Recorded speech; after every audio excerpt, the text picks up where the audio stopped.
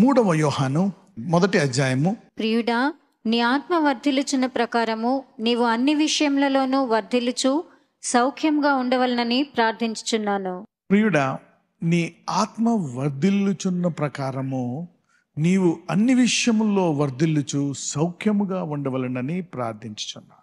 I wish above all things that thou may prosper and be in health, even as thy soul prosper. అంటే అన్ని విషయాల కంటే ఎక్కువగా ఐశ్వర్యములో ఆశీర్వదించబడి, ఆ తర్వాత ఆరోగ్యంలో ఆశీర్వదించబడి, ఈ రెండాటిల్లో మొదటగా మీరు ఆశీర్వదించబడాలా అన్నాటితో పాటు అని ఇక్కడ యోహాను భక్తుడు రాస్తున్నాడు. ప్రయారిటైజింగ్ ఈ భూమి మీద. ఇది పరలోకంలో వాగ్దానమా, ఈ భూమి మీద వాగ్దానమా? ఈ భూమి మీద సంఘానికి ఇస్తున్నటువంటి వాగ్దానం. అయితే ఇక్కడ ఏం చెప్తున్నాడంటే, that thou may prosper and be in health even as thy soul prospers. ఆత్మ వర్ధిల్లుతూ ఉన్నప్పుడే వచ్చేటువంటి సమృద్ధి, ఆరోగ్యము ఉపయోగకరమైందని చెప్తున్నాడు. The prosperity and health are not good to you if you don't prosper in the soul. నీ ఆత్మ వర్ధిల్లుచున్న కొలది నీవు అన్ని విషయంలో వర్ధిల్లుచు సౌఖ్యం ఉండాలని భూమి మీద ఉండేటువంటి సంఘానికి చెప్తున్నాడు. అందుకే నువ్వు దేవుని ఆత్మలో ఎదుగుదల అడగాల. ప్రభువా, నీ ఆత్మలో ఎదిగే కొలది నాకు ఐశ్వర్యం దయచేయి, నీ ఆత్మలోకి ఎదిగే కొలది నాకు ఆరోగ్యాన్ని దయచేయి. అలాగని ఈ రెండాటల ద్వారా పరలోకానికి వెళ్ళిపోతాం అంటున్నాడా? ఆత్మలో వర్ధిల్లితే అబ్రహాము ఆత్మలో వర్ధిల్లాడా లేదా? బైబిల్లో ఉంటుంది. అబ్రహాము అన్ని విషయాల్లో ఆశీర్వదించబడ్డాడు అంటే ఆత్మలో వర్ధిల్లాడు. ఇస్సాకు ఆత్మలో వర్ధిల్లాడు. యాకోబు చాలా కష్టాలు చూశాడు, కానీ తుదకు ఆత్మలో వర్ధిల్లాడు. అన్ని సుఖంగా చూసి ముగించుకున్నాడు. ఏ విశ్వాసి అయితే విశ్వాసాన్ని గట్టిగా పట్టుకుని నేను దేవుళ్ళు ఎదగాలనుకునేవారు ఎన్ని పొరపాట్లు చేస్తున్నా, ఎన్ని బాధలున్నా వాళ్ళు లాజరస్ లాంటి జీవితం జీవిస్తున్న వాళ్ళు బహుగా ఆశీర్వదింపబడినవారు. ఎందుకు? You are complete in Christ. ఒక విశ్వాసికి ఆయన ఇక్కడ ఏమన్నా ఇస్తే ఆయన ఈ భూలోకానికి సంబంధించి ఇవ్వడు. ఇతడు శాశ్వత కాలము నాతో ఉంటాడు కాబట్టి ఇతనికి ఇక్కడ ఏమి ఇవ్వాలా అనే దాని విషయమై ఆలోచించి ఇక్కడ నీకు ఇస్తాడు. So if you are a believer, you are in the journey of eternity. నువ్వు ఒక విశ్వాసం అయితే నువ్వు ఆయనతో శాశ్వత కాలం ఉంటావు. ఆ ఉద్దేశంతో ఆయన నీ ప్రార్థనలు ఆలకిస్తాడు ఇక్కడ ఈ భూమి మీద. చూడండి, నువ్వు ఆత్మలో వర్ధిల్లి ఈ భూమి మీద యోహాను భక్తుడు చెప్పినట్టు ఐశ్వర్యములోను ఆరోగ్యములోను అన్ని విషయాల్లోనూ ఆశీర్వదించబడి అప్పుడు పరలోకానికి వెళ్ళాలి అనేటువంటిది దేవుని యొక్క సంపూర్ణ చిత్తము. అయితే మనకి కష్టాలేంటి? God deals with you. ఈ బాధలేంటి? God is working. దేవుడు నీతో పనిచేస్తున్నాడు. నీ కష్టాల్లో, నీ బాధల్లో, నీ వేదనల్లో హీ ఈజ్ వర్కింగ్. నీతో మాట్లాడుతున్నాడు. నేను ఎవరినైతే గద్దించనో, నేను ఎవరినైతే హింసించనో వారు నా కుమారులు కాదు అంటాడు. కావాలని హింసిస్తాడా? కావాలని గద్దిస్తాడా? తండ్రి తల్లి కావాలని పిల్లల్ని కొడతారా? నో.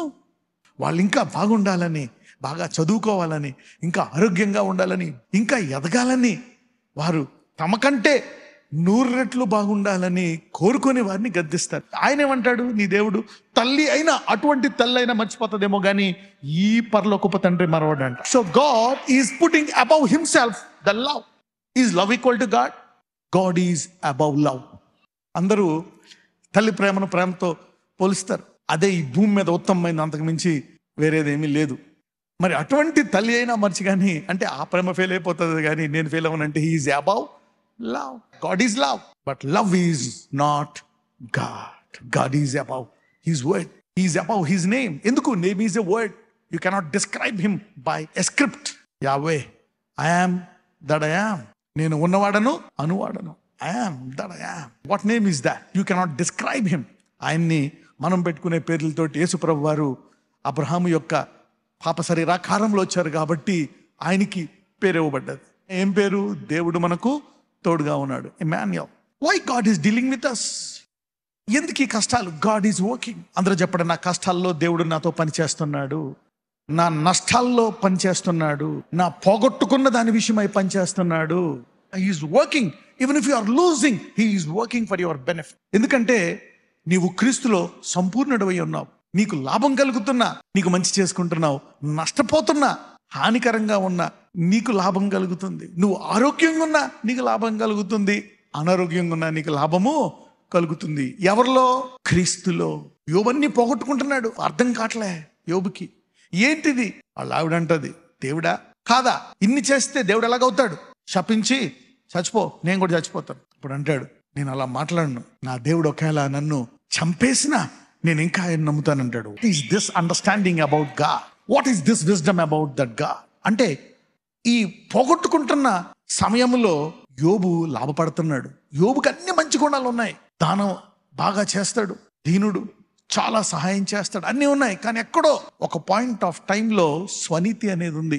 ఈ విషయంలో నేను కరెక్ట్, నాకు దేవుడు అన్యాయం చేస్తున్నాడు అనేది మనసులో ఒక మూల పెట్టుకున్నాడు. నువ్వు ఇలా చేయడానికి వీల్లేదు, చేయకుండా ఉండాల్సింది అనేటువంటి ఉంటుంది. పేతుల్లో ఉందా లేదా? అది నువ్వు వెళ్ళడానికి వీల్లేదు, ఆయన ఏమన్నా నిశ్చితమే అని అనాల కదా. ఒక పాయింట్ ఆఫ్ టైంలో వద్దొద్దు, నువ్వు అలా అనకూడదు, తప్పు. అది తప్పు పోనే. పేతురు అన్నది మంచే, నువ్వు నా దేవుడు, నువ్వు ఇక్కడే ఉండాలి, నాతోటే ఉండాలి, నేను చక్కగా చూసుకోవాలి, నువ్వు చనిపోకూడదు, నువ్వు బతుకుండాలి అనేటువంటిది పేతురు హృదయం. అయితే దేవుడు అంటాడు, నీ తలంపులు వంటివి నా తలంపులు కాదు, ఆకాశం ఎంత ఎత్తుందో అంత ఎత్తుగా ఉన్నాయండి. అందుకే ఈ దేవుడిని ఎలా నడుచుకోవాలంట? ఈ దేవునితోటి విశ్వాసముతో. You cannot go by circumstances. ఆ పోగొట్టుకున్న సమయంలో అతడు సంపూర్ణుడయ్యాడు. అరే, నేను మూర్ఖంగా మాట్లాడానే, ఇంతకాలము దేవుడిని ఆశీర్వదించిన ఈ 50-60 ఏళ్ళు నేను గొప్పోడినైనా మూర్ఖపు స్వభావంతో ఉన్నానే, ఇదొక్కటి ఉందే, ప్రభువా నన్ను క్షమించు అని ఆ మూర్ఖపు మాటలు పశ్చాత్తాపడినప్పుడు దేవుడు కోల్పోయి 2 రెట్లు ఇచ్చేశాడు. అంటే యోబు మనస్తాపం చెందుతున్నప్పుడు, ఆ కురుపులు మరి కొండ పెంకులతో గీరుకుంటున్నప్పుడు, బాధపడుతున్నప్పుడు, మనోవేదన చెందుతున్నప్పుడు, యోబు ఈ దేవుల్లో ఉన్నాడు కాబట్టి నష్టపోతున్నాడా, లాభపడుతున్నాడా? God is working. మనం ఏమనుకుంటాం, ఏం పాపం చేశాడో, వీడేం చేశాడో, ఇది వచ్చింది. కరెక్టే అయి ఉండొచ్చు, బట్ గాడ్ ఈజ్ యూజ్. కానీ ఆ తెచ్చుకున్న శాపం నువ్వు క్రీస్తులో ఉండి విశ్వాసంలో ముందుకెళ్ళిపోతున్నట్లయితే దేవుడు ఆ శాపాలని 2 రెట్ల ఆశీర్వాదంగా మారుస్తాడు. If you are in Christ, he will shift that into a double blessing today. అందరూ చెప్పండి, నా పితరుల శాపాలను రెట్టింపు ఆశీర్వాదాలుగా నా జీవితంలో, నా పిల్లల జీవితంలో, నా తరాల నుంచి ఇది ఆరంభమవుతుంది. అన్నిటికంటే ముఖ్యమైనది నీ విశ్వాసాన్ని గట్టిగా పట్టుకో. God is working for eternal perspective. God has eternal plans in his mind for you. అందరూ చెప్పండి, దేవుడు నా పట్ల శాశ్వత కాల ప్రణాళిక కలిగి ఉన్నాడు. The pain, the trouble, the torture that you are going through is being used for his eternal plan. దేవుడు ఈ భూమి మీద యోబు కష్టాలు చూసిన శాశ్వత కాలంలో 2 రెట్ల ఆశీర్వాదం చూశాడు ఆయన. ఇప్పుడు ఎవరెవరు దేని గుండా వెళ్తున్నారో అవన్నీ శాశ్వత కాల రెట్టింపు ఆశీర్వాదాలుగా మారునుగాక. Never compare yourself. The worst thing that you can do is to compare yourself with others.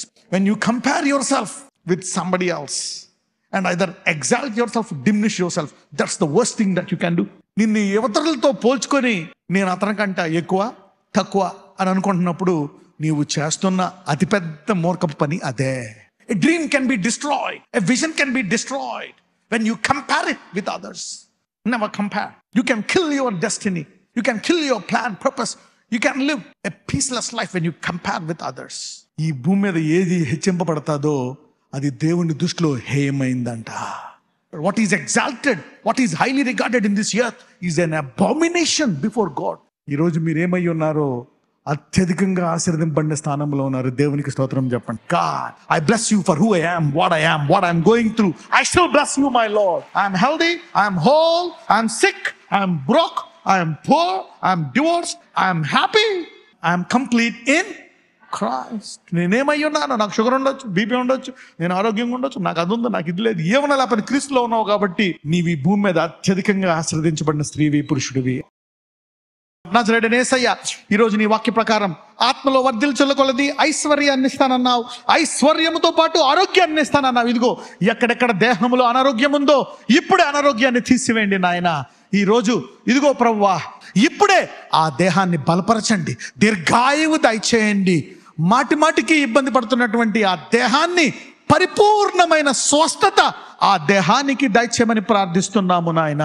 నజరేయుడైన యేసునామమున ప్రార్థిస్తున్నాము తండ్రి, ఆమేన్.